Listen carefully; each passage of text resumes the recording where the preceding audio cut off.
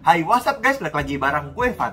Setelah kita kemarin udah mereview Samsung Galaxy A14 versi 5G, sekarang kita udah kedatangan, gue udah punya Samsung Galaxy A14 yang versi lain, versi 4G. Ya, jadi ini dia Samsung Galaxy A14 LTE version. Ya, dia ini dijual di harga yang menarik banget, 300.000 lebih murah dibandingkan yang versi 5G-nya.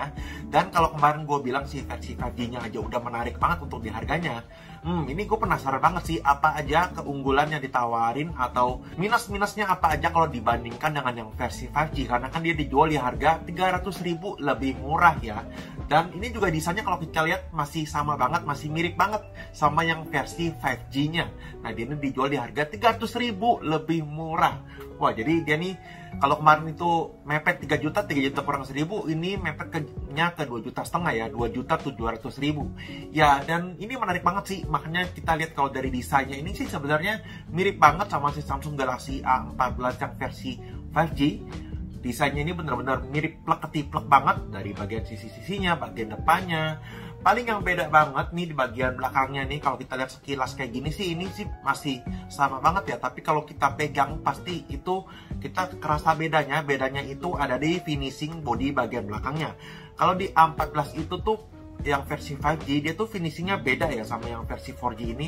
Kalau yang versi 4G ini dia finishingnya nih dia ada garis-garis vertikal lurus ke bawah.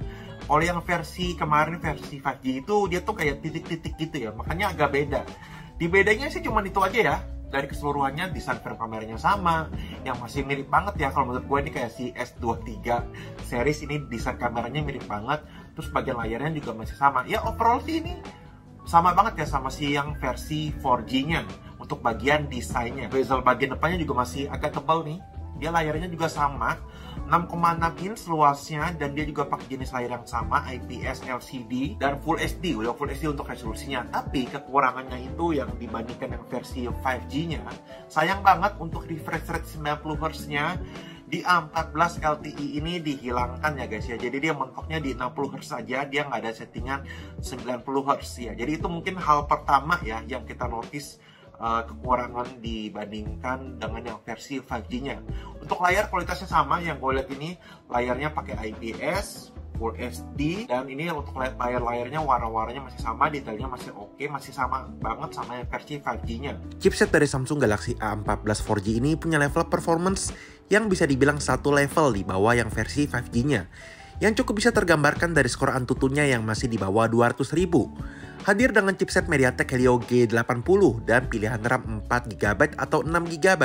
Untuk yang RAM 4GB harganya ini menarik banget di 2,4 juta, yang selisihnya jadi 600.000 ya dengan yang versi 5G-nya. Untuk performa di pemakaian daily bisa dibilang masih sangat nyaman banget dan sesuai ekspektasi untuk HP entry level di harga 2 jutaan. Perbedaan performanya baru agak terasa saat kita tes gaming, yang memang tidak selancar yang versi 5G-nya ya. Apalagi layarnya ini masih mentok di 60Hz untuk refresh rate-nya.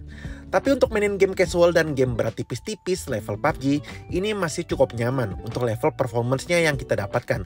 Untuk versi Android-nya sudah versi 13 dengan One UI Core versi 5. Dan fitur NFC juga masih hadir di A14 LTE ini. Sekarang kita bahas untuk bagian kameranya dari si Samsung Galaxy A14 yang versi 4G ini. Nah, dia untuk kameranya punya setup yang sama yang kayak versi 5G.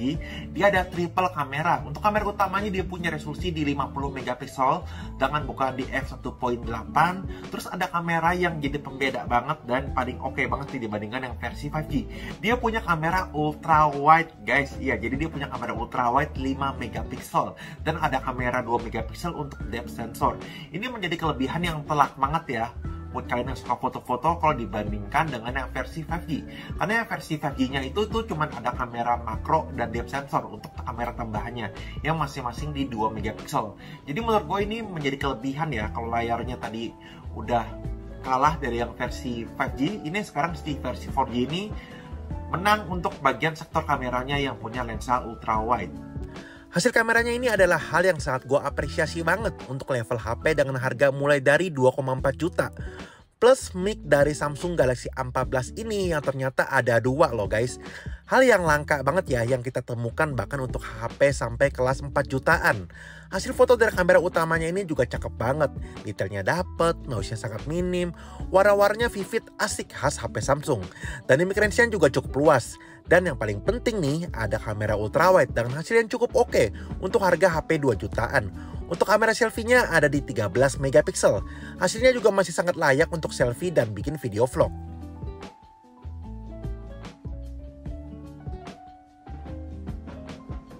Untuk di kondisi low light-nya, sayangnya fitur night mode yang ada di A14 5G kemarin absen ya.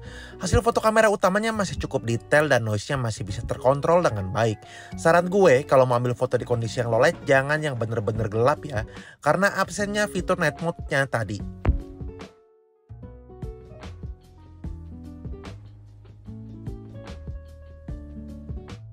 Oke, jadi ini contoh hasil perekaman kamera depan untuk si Samsung Galaxy A14 4G. Dia untuk kamera depannya tuh ada di 13 megapiksel. Dan ini resolusinya tuh dia di Full HD 30 fps. Jadi dia belum ada opsi 60 fps ya. Jadi bisanya antara Full HD 30 fps atau di SD 30 fps. Oke, jadi gimana guys kalau menurut kalian untuk hasil video kamera depan dari si Samsung Galaxy A14 4G?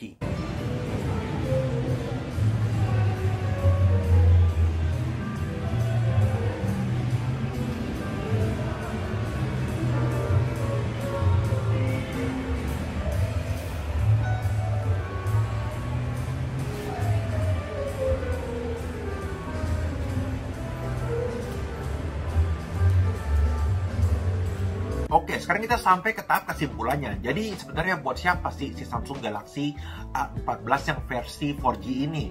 Yang lebih murah 300.000 dibandingkan yang versi 5G-nya. Ya, jadi balik lagi ke kebutuhan kalian.